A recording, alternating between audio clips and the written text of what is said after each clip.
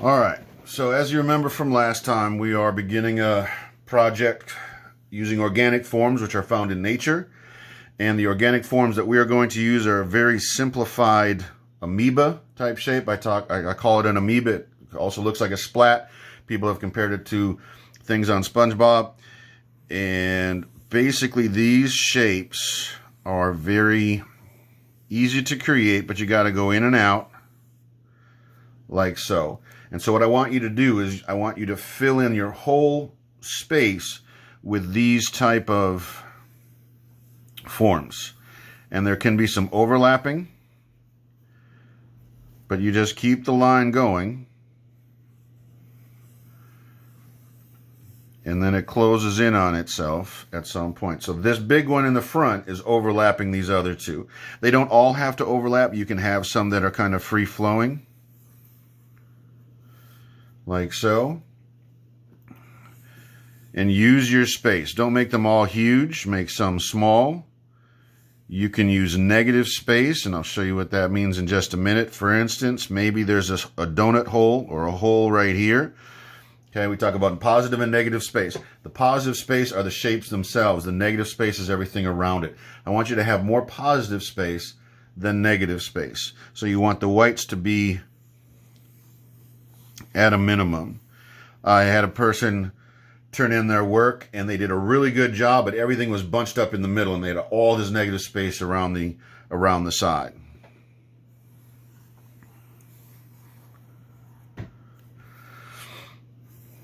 So any place that you kind of see an empty hole, I want you to fill it up.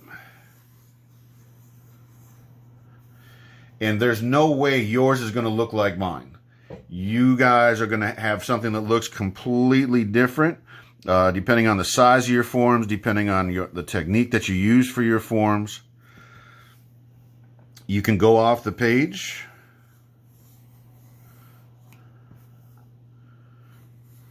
Sometimes you'll have to in order to fill up those smaller spaces.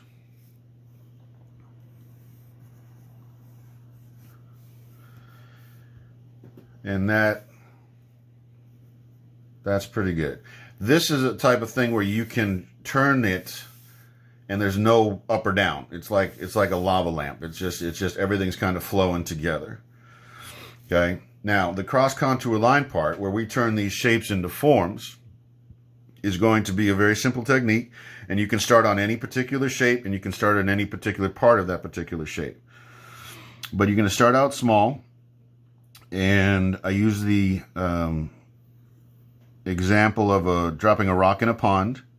And from the point of impact, the waves continue to get bigger and bigger. And the curves always remain. And so I'm touching the one that I finished.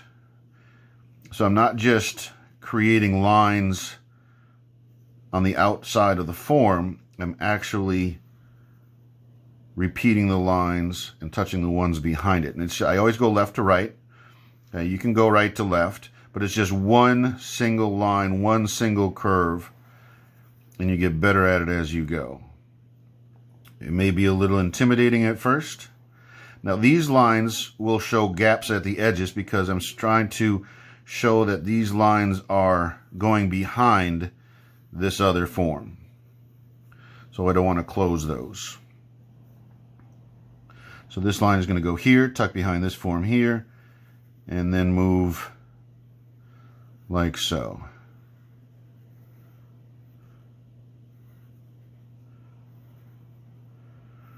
Now I'm using a 2B pencil for this, pressing relatively firmly. I've moved up on my pencil a lot to give me a little bit more control.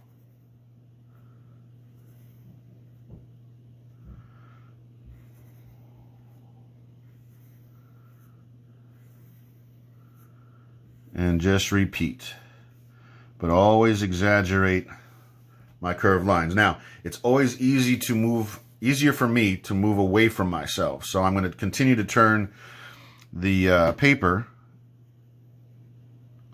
so that these lines move away. It's easier for me to do this than the other way, going the other direction and pulling towards myself. I just find that I have greater control.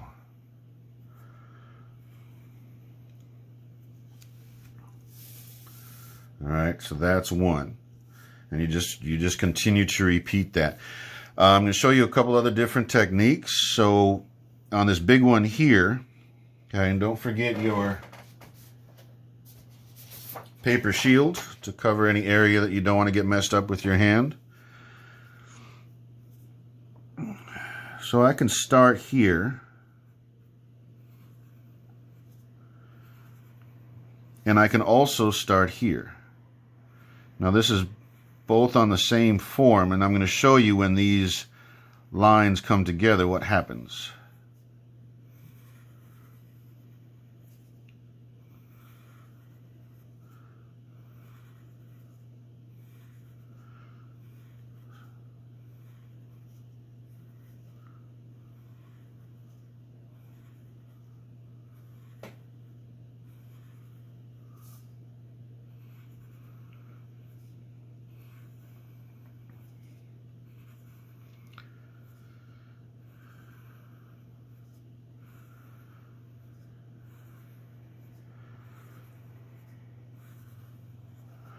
So these lines are going to come together and create what I call a seam.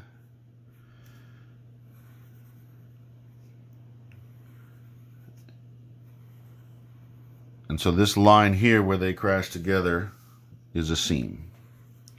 And I can continue on as these waves get bigger. And then this will branch off this way. Again, curving my lines. This will branch off this way, this will branch off this way, and I can continue to grow. And as soon as it hits an edge like that, then it just becomes smaller again between those two lines. Now here, I can continue the seam or I can close the seam. By closing the seam, I just simply wrap that line now and I go a single curve all the way through. So it looks like these are kind of just coming together.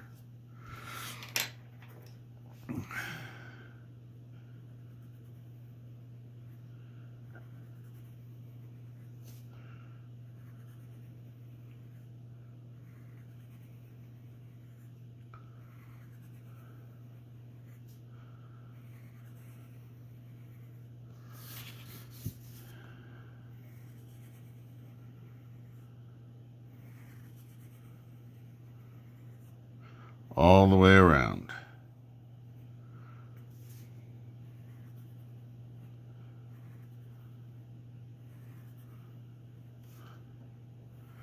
So it's a lot of repetition.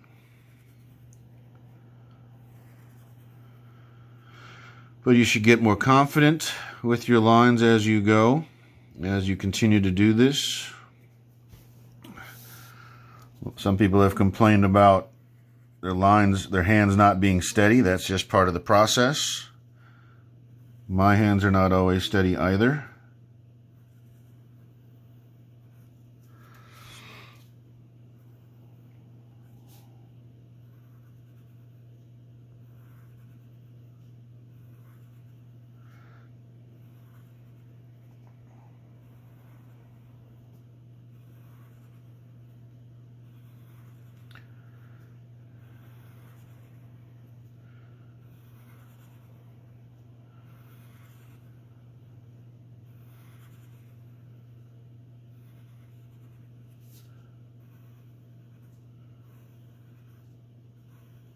Now here, as I get to this little loop, okay, what I'm going to do is I'm going to pick a direction, like a fork in the road. You got to decide whether to go right or left. And I'm going to go left. As your alley gets more narrow, your lines should become a little bit closer together and your rhythm will change. So a wide alley will have wider lines, a narrow alley will have more narrow lines. By narrow, I mean closer together. As you turn the corner, and as your rhythm changes, it will create different results. So I'm going to continue here.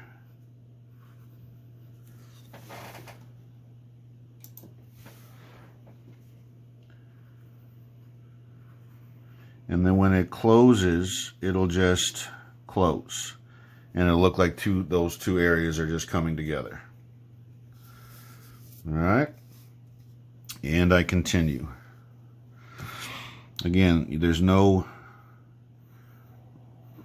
right or wrong as far as the direction, which shapes you do. That's completely random, completely up to you.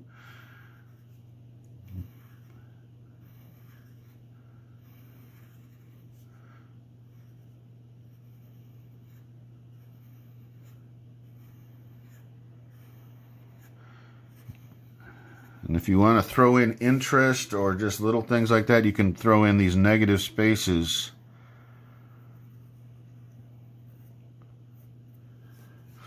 along the way, and that'll just break up the space a little bit more.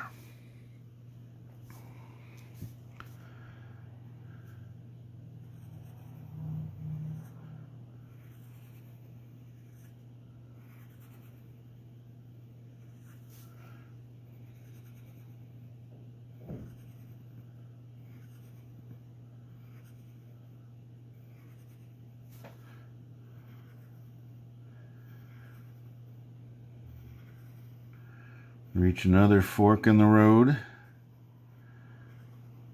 and this time I'm going right.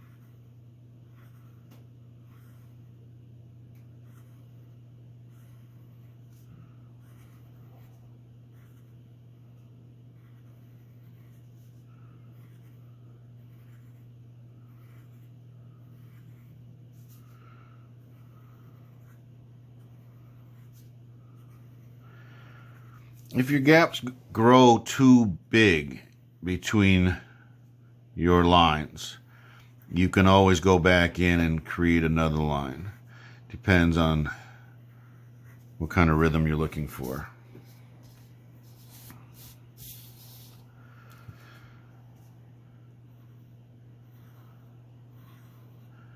Some of the smaller forms won't take quite as long. Just take a couple minutes.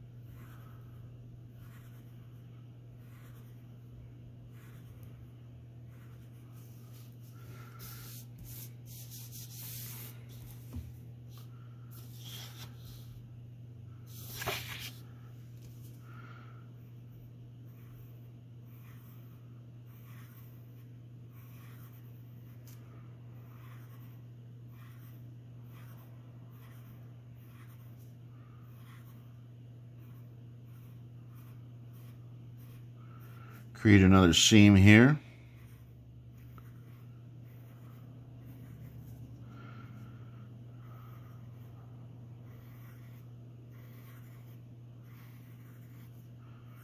Close this and go the other direction.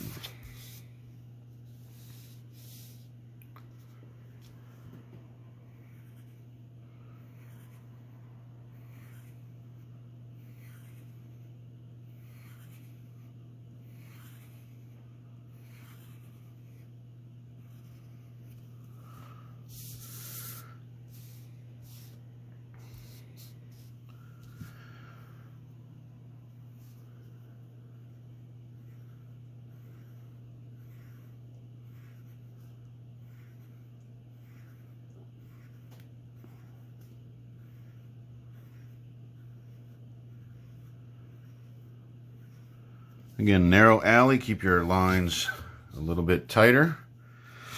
And then as it opens up, the spaces between lines can become a little bit bigger.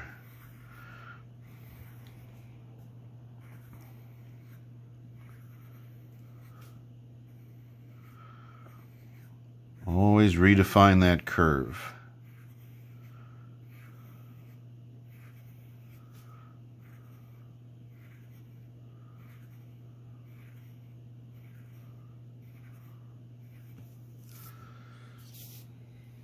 Okay, the top half is done. Just finish the 4 or 5 down here, and then we'll move on to shading.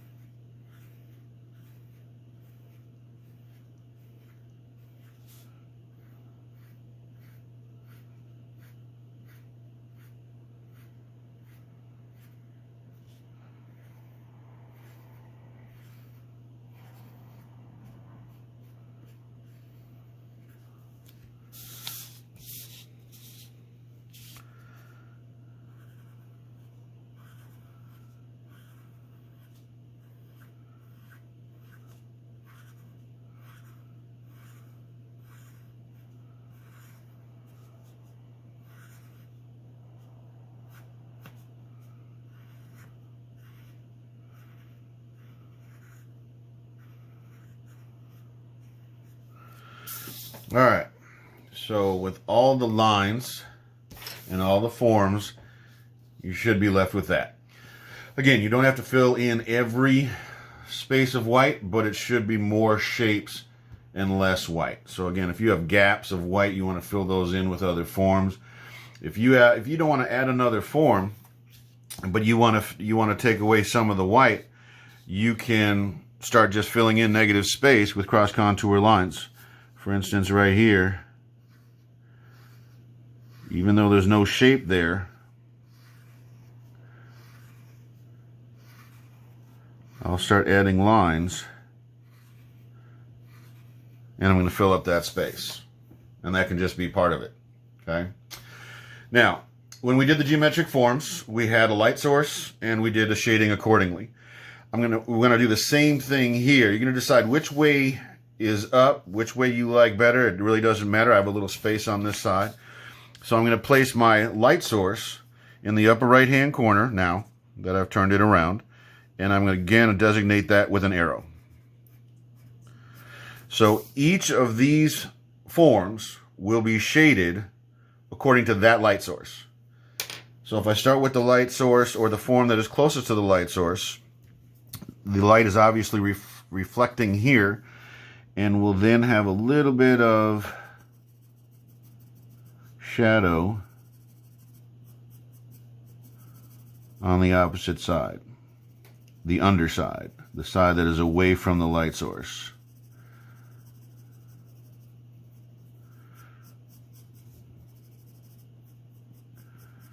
A simple hatch will do. Gradually, lightly. We probably won't have any really dark number 5 values, and we may not even have many number 4 values. We probably go 3, 2, 1. 1, remember, is white. 2 is light gray. 3 is middle gray. And you can go as dark as you want. If you want to increase the contrast of this piece and you want to go a little bit darker, you can. But we're not going to have shadows as they rest on the ground because everything is floating in space. So you have to think about, okay, if my light source is the same on each of these forms, where is the shadow going to be?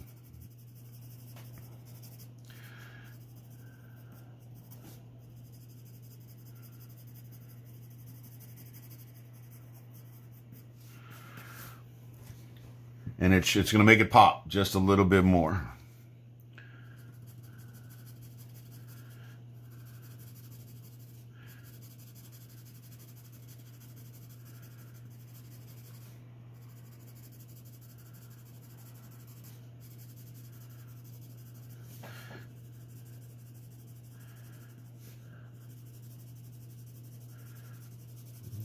You shouldn't need to add too many layers. The pressure is still light. I'm not adding a whole lot of pressure.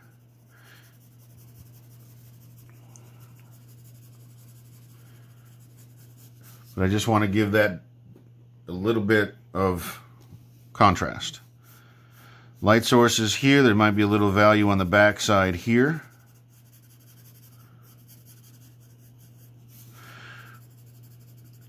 Little value on the back side here. And because the form moves so much in a very curved fashion, the shadows will also move. The shadows may start real thin and then get a little bit thicker as the form gets thicker.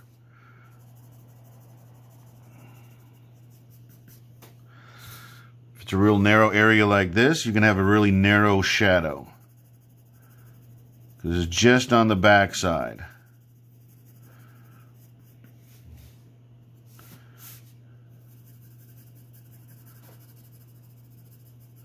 Imagine the light source maybe kind of coming like this, where I have some light coming this way, some light coming this way, as a lamp would do. A lamp or a light source, a star, or whatever.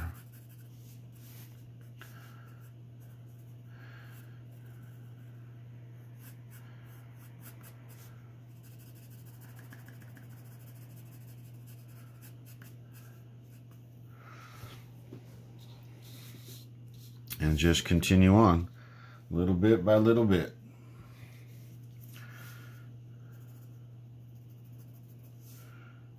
Start at the edge, lightly work your way in.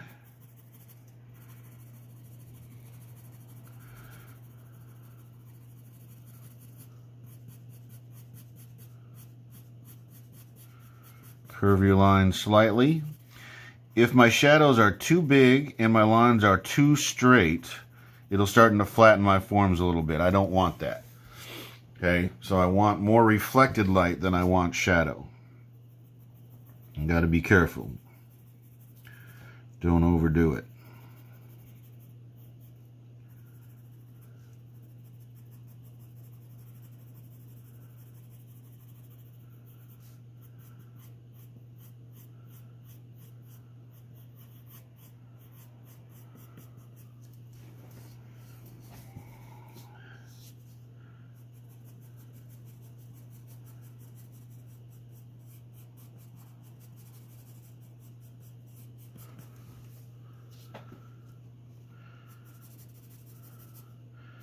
So that one may be more underneath and less on top. So let me take some of that value away.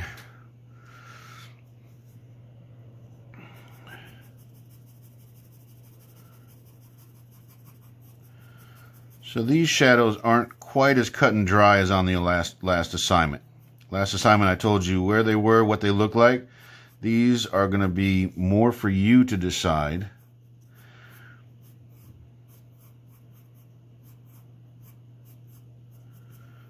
And each one is going to be a little bit different.